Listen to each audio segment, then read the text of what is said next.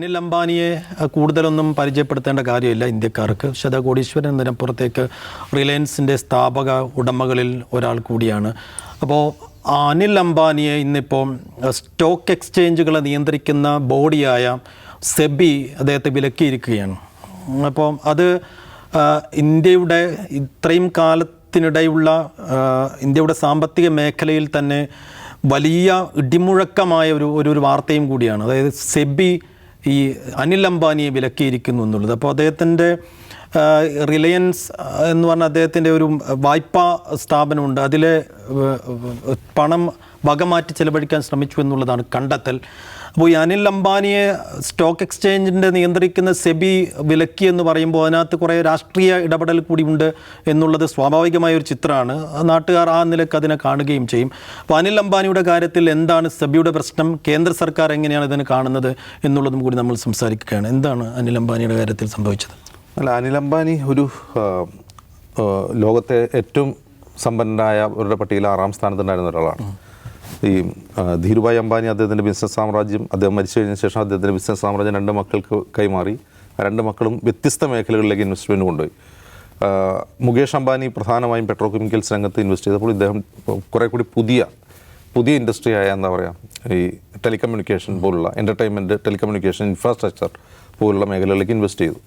മുകേഷ് അംബാനി അപ്പോൾ മുകേഷ് അംബാനിയും അനിൽ അംബാനി തമ്മിലുണ്ടായിരുന്ന ഒരു എഗ്രിമെൻറ്റ് പരസ്പരം അങ്ങോട്ടും ഇങ്ങോട്ടും ഓവർലാപ്പ് ചെയ്ത് ഇൻവെസ്റ്റ് ചെയ്യുന്നുള്ളതായിരുന്നു. അത് പ്രധാനമായും ഈ കമ്മ്യൂണിക്കേഷൻ രംഗത്തേക്ക് ഇദ്ദേഹം വരരുത് എന്നുള്ളതായിരുന്നു. പക്ഷേ ഇദ്ദേഹം തുടങ്ങിയ റിലയൻസ് കമ്മ്യൂണിക്കേഷൻ വളരെ പെട്ടെന്ന് തിരിച്ചടികൾ നേരിട്ടു. അദ്ദേഹം കൈവച്ച എല്ലാ മേഖലകളിലും അദ്ദേഹത്തിന് തിരിച്ചടിയായിരുന്നു. അദ്ദേഹം എവിടെയൊക്കെ ഇൻവെസ്റ്റ് ചെയ്തോ അവിടെ എല്ലാം തിരിച്ചടികളാണ് അദ്ദേഹം നേരിട്ടത്. അപ്പോൾ 2010 കമ്മ്യൂണിക്കേഷൻ രംഗത്തുണ്ടായിരുന്ന എഗ്രിമെൻറ്റ് മാറി. പിന്നെ ജിയോയുമായി തൊട്ടുടനെ തന്നെ വൻ ഇൻവെസ്റ്റ്മെൻറ്റുമായിട്ട് മുകേഷ് വരികയും ചെയ്തു. ഒരു വശത്ത് മുകേഷ് അംബാനിയുടെ സാമ്രാജ്യം വളർന്നുകൊണ്ടിരിക്കുന്നു. അനിൽ അംബാനി എല്ലായിടത്തും അദ്ദേഹം ഇൻവെസ്റ്റ് ചെയ്ത എല്ലാ മേഖലകളിലും പ്രശ്നമായിരുന്നു. അത് തെറ്റായ ഇൻവെസ്റ്റ്മെൻറ്റ് ഡിസിഷൻ്റെ ഭാഗമായിട്ട്, അല്ലാണ്ട് ഇവർ തമ്മിലുള്ള വൈരാഗ്യത്തിൽ ഇപ്പോൾ മുകേഷ് അനിയനെ അങ്ങ് ഒതുക്കി കളയാം അങ്ങനെയൊന്നുമല്ല. അങ്ങനെയല്ല എന്ന് പറയാൻ കാരണം, ഇപ്പോൾ എറിക്സൺ ആയിട്ടുള്ള ജപ്പാൻ കമ്പനിയാണ് എറിക്സണുമായിട്ടുള്ള ഈ റിലയൻസിൻ്റെ ഒരു തർക്കത്തിൽ 500 കോടി മറ്റോ അടച്ചില്ലെങ്കിൽ സുപ്രീം കോടതി പറഞ്ഞു ജയിലിൽ പോയി കിടക്കേണ്ടി വരും. അനിൽ അംബാനിയോട് പറഞ്ഞപ്പോൾ 500 കോടി അടച്ച് അദ്ദേഹത്തിൻ്റെ ജയിൽ ശിക്ഷ ഒഴിവാക്കിയാൽ മുകേഷ് അംബാനിയാണ്. അപ്പോൾ ഇവർ തമ്മിൽ എന്തോ വൻ ഫൈറ്റാണ് എന്നും വിശ്വസിക്കുന്നതിൽ കാര്യമൊന്നുമില്ല. പക്ഷേ ഇവിടെ അതിൻ്റെ ഒരു പൊളിറ്റിക്സ് സൈഫ് പറഞ്ഞ പോലെ മനസ്സിലാക്കേണ്ടത്, ഇത്രയും തിരിച്ചടികൾ നേരിട്ട, ഇത്രയും സ്ഥിരതയില്ലാത്ത, ഒരു തരത്തിലും എക്സ്പീരിയൻസ്ഡ് അല്ലാത്ത, ഇപ്പോൾ റിലയൻസ് ഡിഫൻസ്, അതാണ് ഞാൻ പറയാൻ വരുന്നത്. റിലയൻസ് ഡിഫൻസ് എന്ന് പറഞ്ഞാൽ ഈ കേന്ദ്ര സർക്കാർ എന്ത് ചെയ്യുന്നു, പ്രതിരോധ രംഗത്ത് സ്വകാര്യവൽക്കരണം കൊണ്ടുവരുമ്പോൾ അങ്ങനെ ഒരു പോളിസി ചേഞ്ച് ഉണ്ടായപ്പോൾ രൂപീകരിച്ചൊരു കമ്പനിയാണ്. അവർക്ക് യാതൊരു തരത്തിലുള്ള എക്സ്പീരിയൻസും ഇല്ല. എന്നിരിക്കെ ഈ ദസു ഏവിയേഷനുമായിട്ടുള്ള, അതായത് റഫാൽ ഇടപാടിൽ അവരുടെ ഓഫ്ഷോർ പാർട്ട്ണറായിട്ട് റിലയൻസ് ഡിഫൻസിനെ നിശ്ചയിച്ചത് കേന്ദ്ര സർക്കാരാണ്. ആരെ ഒഴിവാക്കി? ഹിന്ദുസ്ഥാൻ എയറോനോട്ടിക്സ് ലിമിറ്റഡ് എന്ന് പറഞ്ഞാൽ പൊതുമേഖലാ സ്ഥാപനത്തെ ഒഴിവാക്കി അവരെ നിശ്ചയിച്ചു. അത് വലിയ തോതിലുള്ള വിവാദമായി മാറിയിരുന്നു. അവസാനം ഈ പറയുന്ന ഈ സംഭവവികാസങ്ങൾക്കിടയ്ക്ക് സംഭവിക്കുന്ന എന്താണ്, UK ഒരു കോടതിയിൽ ഒരു കേസിൽ റിലയൻസ് സ്വയം പാപ്പർ സ്യൂട്ട് കൊടുക്കുകയാണ്. ഞങ്ങൾ പാപ്പറായിരുന്നു പ്രഖ്യാപിക്കുന്നു. ചൈനയിൽ മറ്റൊരു കേസ് ഇപ്പോഴും നടന്നുകൊണ്ടിരിക്കുകയാണ്. ലോൺ തിരിച്ചടയ്ക്കാത്തതിൻ്റെ പേരിലൊരു കേസ് ചൈനയിൽ നടന്നുകൊണ്ടിരിക്കുന്നു. എറിക്സൺ കേസിൽ മുകേഷ് അംബാനി ഒന്ന് രക്ഷപ്പെടുത്തി എന്നുള്ളത് ശരി. വ്യത്യസ്ത തലങ്ങളിൽ പലതരത്തിലുള്ള തിരിച്ചടികൾ അദ്ദേഹം നേരിട്ടുകൊണ്ടിരിക്കുകയാണ്. എന്നിട്ടും ഈ ഓഫ്ഷോർ കരാറിൽ സർക്കാർ അവസാനം ഈ വിവാദത്തെ തുടർന്ന് അനിൽ അംബാനി പൊളിഞ്ഞുകൊണ്ടിരിക്കുകയാണ്. കേന്ദ്ര സർക്കാർ ഒരിക്കലും പിന്നെ ഇവരെ സപ്പോർട്ട് ചെയ്യുന്നില്ല. ഈ ഓഫ്ഷോർ എഗ്രിമെൻറ്റിൽ സപ്പോർട്ട് ചെയ്യാണ്ട് പിന്മാറി നിൽക്കുന്നു. ദസു ഏവിയേഷൻ സ്വമേധയാ ഇവരെ ഓഫ്ഷോർ പാർട്ട്ണറായിട്ട് നിയമിക്കുന്നു ഈ റഫാൽ ഡീലിൽ.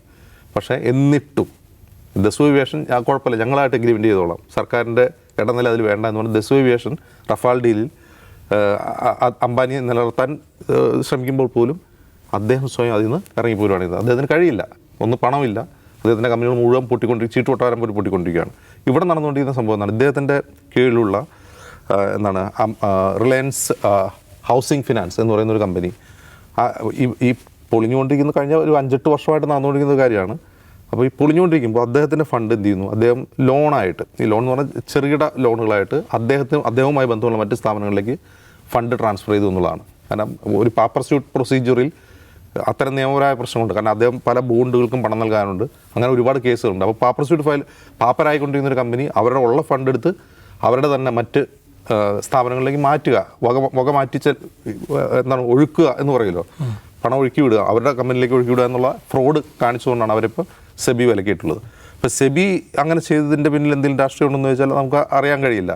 എന്തുകൊണ്ടാണ് അനിൽ അംബാനിക്ക് അതിലും വലിയ പ്രശ്നങ്ങളുണ്ട്. സെബി ഇപ്പോൾ ഇതൊക്കെ ഒരു ചെറിയ പ്രശ്നമാണ്, ഒരു ചെറിയ പ്രശ്നം എന്ന് പറയാം.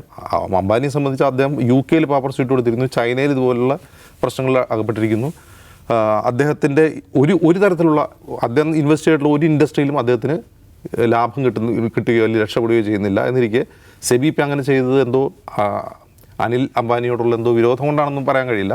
കാരണം അവസാന നിമിഷം വരെ അനിൽ അംബാനിക്ക് വേണ്ടി നിന്നാണ് കേന്ദ്ര സർക്കാർ. 2019 കഥ നമുക്കറിയാം. റഫാൽ ഡീലിൽ അത്രയും വിവാദം ഉണ്ടായപ്പോൾ പോലും അനിൽ അംബാനിയെ തള്ളിപ്പറയാനോ അല്ലെങ്കിൽ അദ്ദേഹം വേണ്ടാന്ന് പറയാനോ കഴിഞ്ഞില്ല. പക്ഷെ വലിയ തോതിലുള്ള പബ്ലിക് പ്രഷർ ഉണ്ടായി കഴിഞ്ഞപ്പോഴാണ് പിന്നീട് ആ എഗ്രിമെൻറ്റിൽ അംബാനിയോടൊപ്പം നിൽക്കേണ്ടതില്ല. നിൽക്കാത്തതിന് കാരണം അദ്ദേഹം ഫിനാൻഷ്യലി സെക്യൂർ അല്ല, അദ്ദേഹത്തിന് ആ ഡീൽ മുന്നോട്ട് കൊണ്ടുപോകാൻ കഴിയില്ല എന്നുള്ളതുകൊണ്ടാണ്. ഇതിൽ മനസ്സിലാക്കേണ്ട കാര്യം, ഈ റഫാൽ ഡീലിൽ ഇപ്പോഴും അനിൽ അംബാനി ഇല്ല എന്നിരിക്കെ തന്നെയും ഈ HAL ഇല്ല, ഹിന്ദുസ്ഥാൻ എയറോനോട്ടിക്സ് ലിമിറ്റഡ് ഇല്ല എന്നുള്ളതുകൂടി നമ്മൾ മനസ്സിലാക്കണം. നമുക്ക് റഫാൽ വിമാനങ്ങളൊക്കെ ഇന്ത്യയിൽ വന്നു കഴിഞ്ഞു, അത് അവിടെ നിർമ്മിച്ച സാധനമാണ് വരുന്നത്. ഇവിടെ നിർമ്മിക്കും എന്നൊക്കെയാണ് പറഞ്ഞത്. ഇവിടെ നിർമ്മിക്കുന്നില്ല എന്ന് മാത്രമല്ല, കൂടുതൽ വിമാനങ്ങൾ അവിടെ ഉണ്ടാക്കി ഇങ്ങോട്ട് കൊണ്ടുവരികയാണ്. എത്ര വിമാനം വന്നുവെന്നും നമുക്കറിയില്ല. പിന്നെ ഇതൊക്കെ വലിയ കോർപ്പറേറ്റുകളുടെ മുതലാളിമാരുടെ കഥയാണ്, നമ്മളൊക്കെ ഇവിടെ ഇരുന്ന് പറയാമെന്നേ ഉള്ളൂ. ഇത് സ്വയം കുഴി തോണ്ടി എന്ന് പറയണോ, അതോ ഈ മച്ചിപ്പശുവിന് പുല്ലില്ല എന്നൊക്കെ പറയുന്ന പോലെ ഇനിയിപ്പോൾ അദ്ദേഹത്തിൻ്റെ പിന്നാലെ കൂടിയതുകൊണ്ട് കാര്യമില്ല എന്നുള്ള നിലക്ക് കേന്ദ്രം ഒഴിവാക്കുകയാണോ, എങ്ങനെ കാണും? ഇതിൻ്റെ മൊത്തം സ്റ്റോറി പരിശോധിക്കുമ്പോഴേ ഇത് സാധാരണഗതിയിൽ സെബി എന്താ ചെയ്യേണ്ട, ഈ ഓഹരി കമ്പോളത്തിൽ ഒരു ഹൗസ് കീപ്പിംഗ് പ്രക്രിയ ഉണ്ടല്ലോ, ആ ഒരു ഹൗസ് കീപ്പിങ്ങിൻ്റെ ഭാഗമായിട്ട് സ്വാഭാവികമായി നടക്കുന്നൊരു സംഗതിയായിട്ടാണ് പ്രത്യക്ഷത്തിൽ തോന്നുന്നത്. കാരണം 2019 ഇനിഷ്യേറ്റ് ചെയ്ത നടപടികളുടെ തുടർച്ചയാണ്. 2019 PwC ആണ് ഇവരുടെ ഓഡിറ്റർ. അവരുടെ ഓഡിറ്റ് റിപ്പോർട്ടിൽ തന്നെ ഇങ്ങനെയുള്ള കുറേ ഇഷ്യൂസ് കാണിക്കുന്നുണ്ട്, ഡിസ്ക്രിപ്പൻസീസ് കാണിക്കുന്നുണ്ട്. അപ്പോൾ അന്ന് മുതൽ തന്നെ സെബി അതിൽ അന്വേഷണം തുടങ്ങിയിട്ടുണ്ട്. പല തവണയായിട്ട് അവർ ആ ഒരു അന്വേഷണം മുന്നോട്ട് കൊണ്ടുപോകുന്നുണ്ട്. അപ്പോൾ അതിൻ്റെ ഒരു കൺക്ലൂഷൻ എന്നുള്ള ആൾക്കാണ് ഈ പറയുന്നത് 5 വർഷത്തേക്ക് അനിൽ അംബാനിക്ക് വിലക്ക്, ഓഹരിയിൽ കമ്പോളത്തിൽ BSEയിൽ വിലക്ക് ഏർപ്പെടുത്തുന്നു. 25 കോടി രൂപ ഫൈൻ ഇടുന്നു. 25 കോടി രൂപ ഇങ്ങേർക്ക് മാത്രമല്ല കേട്ടോ, ഈ കൂടെ 4 ആളുകൾക്ക് 27 കോടി, 26 കോടി, 24 കോടിയൊക്കെ ഇദ്ദേഹത്തിൻ്റെ ഈ കമ്പനിയിലെ പ്രധാനപ്പെട്ട സ്ഥാനത്തിരിക്കുന്ന ആളുകൾക്കും ഫൈൻ ഇടുന്നുണ്ട്. അപ്പോൾ അത് ഒരു സ്വാഭാവികമായ നടപടിക്രമം എന്നാണ് പ്രത്യക്ഷത്തിൽ തോന്നുന്നത്. പക്ഷേ അതിലുള്ള ഒരു കൗതുകകരമായ ഒരു എലമെൻ്റ് എന്താണെന്ന് വെച്ചാൽ, സെബിയെക്കുറിച്ച് ഇപ്പോൾ വലിയ തോതിൽ വിവാദം വരുന്ന ഒരു സമയത്താണ് സെബി ഒരു സ്ട്രോങ് ആയ ഒരു നിലപാടെടുത്തു, ഒരു പൊസിഷൻ എടുത്തു, ഒരു നടപടി എടുത്തു എന്ന ഒരു ഇമേജ് ഉണ്ടാക്കാവുന്ന ഒരു സംഗതി പുറത്തു വന്നിട്ടുള്ളത്. സെബിയെക്കുറിച്ചുള്ള പരാതി എന്താണ്? ഈ ഹൗസ് കീപ്പിങ്ങിന് ബാധ്യസ്ഥമായിട്ടുള്ള ഈ സെബിയുടെ ചീഫ് തന്നെ, അതിൻ്റെ ഹെഡ് തന്നെ അഡാനിയുടെ ഓഫ് ഷോർ ബിസിനസ്സുകളൊക്കെ പങ്കാളിയായിട്ടുണ്ട് എന്നുള്ളതാണ്. അപ്പോൾ ആ നിലക്ക് സെബി ഒരു തല്ലിപ്പൊളി സ്ഥാപനമാണ്, അല്ലെ സെബിയുടെ ചീഫ് ഈ ജാതി ഏർപ്പാടുകളൊക്കെ ഏർപ്പെട്ടുകൊണ്ടിരിക്കുന്ന ഒരാളാണ് എന്ന ഇമേജ് പുറത്ത് നിൽക്കുമ്പോഴാണ് ഹിൻഡൻബർഗ് റിപ്പോർട്ടിൻ്റെ പശ്ചാത്തലത്തിൽ ഈ ഒരു നടപടി വന്നിരിക്കുന്നത്. അപ്പോൾ അത് ഈ സമയത്ത് ഇന്നലെ വൈകുന്നേരമാണ് അവർ ആ റിപ്പോർട്ട് പുറത്തു വിടുന്നത്, അവരുടെ ഫൈനൽ റിപ്പോർട്ട് പുറത്തു വിടുന്നത്. അപ്പോൾ സെബിയെ സംബന്ധിച്ചിടത്തോളം ഒരു ഇമേജ് റീഗെയിൻ എന്ന് പറയാവുന്ന ഒരു സ്റ്റെപ്പാണ് അവരെ സംബന്ധിച്ചിടത്തോളം. അപ്പോൾ അതിന് വേണ്ടിയാണോ ഇതിങ്ങനെ ചെയ്തതെന്ന് ചോദിച്ചാൽ നമുക്കറിയാൻ പാടില്ല. വേറൊരു സാധനമുണ്ട്, ഈ ബട്ടി ബോറി പവർ പ്ലാന്റ്. റിലയൻസ് പവർ ഇതിൽ പ്രധാനപ്പെട്ട ഇതാണ്. ബട്ടി ബോറി പവർ പ്ലാന്റ് എന്ന് പറഞ്ഞൊരു നാഗ്പൂരിൽ ഒരു പവർ പ്ലാന്റ് ഉണ്ട്, ഈ അംബാനിയുടെ റിലയൻസ് പവറിൻ്റെ. ആക്ച്വലി ഇവർക്കെതിരായിട്ടുള്ള ഈ പ്രധാനപ്പെട്ട ഈ കുറ്റാരോപണം വന്നിരിക്കുന്ന RHFL എന്നപ്പെട്ടാണ്, റിലയൻസ് ഹോം ഫിനാൻസ് ലിമിറ്റഡ് എന്നപ്പെട്ടാണ്. 8,470 കോടി രൂപ, 8,470 കോടി രൂപയുടെ ലോൺസ് ഇവർ അപ്രൂവ് ചെയ്തത്. ആ അപ്രൂവ് ചെയ്ത കമ്പനികളെ PwC പരിശോധിക്കുകയാണ്. അവർ ഈ നെഗറ്റീവ് നെറ്റ്വർത്തുള്ള കമ്പനികളാണ്. അങ്ങനെ നെഗറ്റീവ് ട്രെൻഡ് കാണിക്കുന്ന കമ്പനികൾക്ക് വിതൗട്ട് കൊളാറ്ററൽ ഇത്രയും വലിയൊരു എമൗണ്ട് ലോണായിട്ട് കൊടുത്തത് സംതിങ് ഫിഷി എന്നവർ പറയുന്നു. അത് അന്വേഷിക്കുമ്പോഴാണ് ഈ അനിൽ അംബാനിക്ക് പല നിലക്ക് ബന്ധങ്ങളുള്ള സെറ്റപ്പുകളാണ്, എൻറ്റിറ്റീസ് ആണിത് എന്ന് മനസ്സിലാക്കുന്നു. ആക്ച്വലി ഒരു ലിസ്റ്റഡ് കമ്പനി, അതിൻ്റെ മാനേജിങ് ഡയറക്ടറുടെ പ്രാഥമികമായ ഉത്തരവാദിത്വം എന്താണ്? അതിൻ്റെ ഓഹരി ഉടമകളുടെ കസ്റ്റോഡിയൻ ആളുകൾ, ഓഹരി ഉടമകളുടെ താല്പര്യം സംരക്ഷിക്കുക എന്നുള്ളതാണ്. അത് സംരക്ഷിക്കാതെ യാതൊരു കൊലാറ്ററും ഇല്ലാതെ ഒരു സാധ്യതയുമില്ലാത്ത കുറേ അധികം എൻറ്റിറ്റികൾക്ക് ഇത്രയും അധികം തുക 8,470 കോടി രൂപ കൊടുത്തു എന്നുള്ളത് അത് അതിഗുരുതരമായൊരു പാളിച്ച തന്നെയാണ്. അപ്പോൾ സ്വാഭാവികമായിട്ടും എടുക്കാവുന്ന, വിദേശത്തൊക്കെ ആണെങ്കിൽ ഇതൊരു ക്രിമിനൽ ഒഫൻസ് ആകുമായിരുന്നു, അതും കൂടെ മനസ്സിലാക്കണം. ഇപ്പം അമേരിക്കയിലോ ബ്രിട്ടനിലോ സിംഗപ്പൂരിലോ ഒക്കെ ആണെങ്കിൽ ഇതൊരു ക്രിമിനൽ ഒഫൻസായി മാറുകയും ചാർജ് ചെയ്യപ്പെടും, ക്രിമിനൽ പ്രൊസീജിയേഴ്സിലേക്ക് കടക്കുകയും ചെയ്തതാണ്.